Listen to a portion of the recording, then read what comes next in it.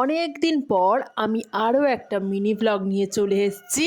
তো সত্যি বলতে আমার শরীরটা কয়েকদিন ধরে খুব খারাপ ছিল, তার জন্য আমি মিনি ব্লগ আপলোড করতে পারিনি। তো এটা সকালবেলা আমি পড়তে চলে গেছিলাম।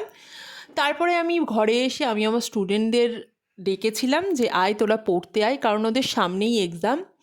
আমার ইচ্ছা তো এদের আমি এই বছরে আমি এদের খুব ভালো একটা রেজাল্ট করে দেখাবই এদের দ্বারা। তারপরে আমি কলেজ চলে গেছিলাম। কলেজে দুটো ক্লাস খুব ইম্পর্টেন্ট ছিল, একটা ক্লাস হয়েছে আর একটা ক্লাস হয়নি। তারপরে আমি যথারীতি আমি আমার প্রায় 6 মাস পরে একটা খুবই ক্লোজ ফ্রেন্ডের সাথে দেখা করেছি, কারণ সে অন্য কলেজে চলে গেছে, আমি অন্য কলেজে। তো সে প্রথমে রাগ ফাগ করছিল, তারপর বন্ধুদের মধ্যে যা হয়, তারপরে তার রাগ ফাগ ভাঙিয়ে দুজনে মিলে বসে বসে আইসক্রিম লস্যি এইসব খেতে খেতে অনেকক্ষণ ধরে গল্প করেছি।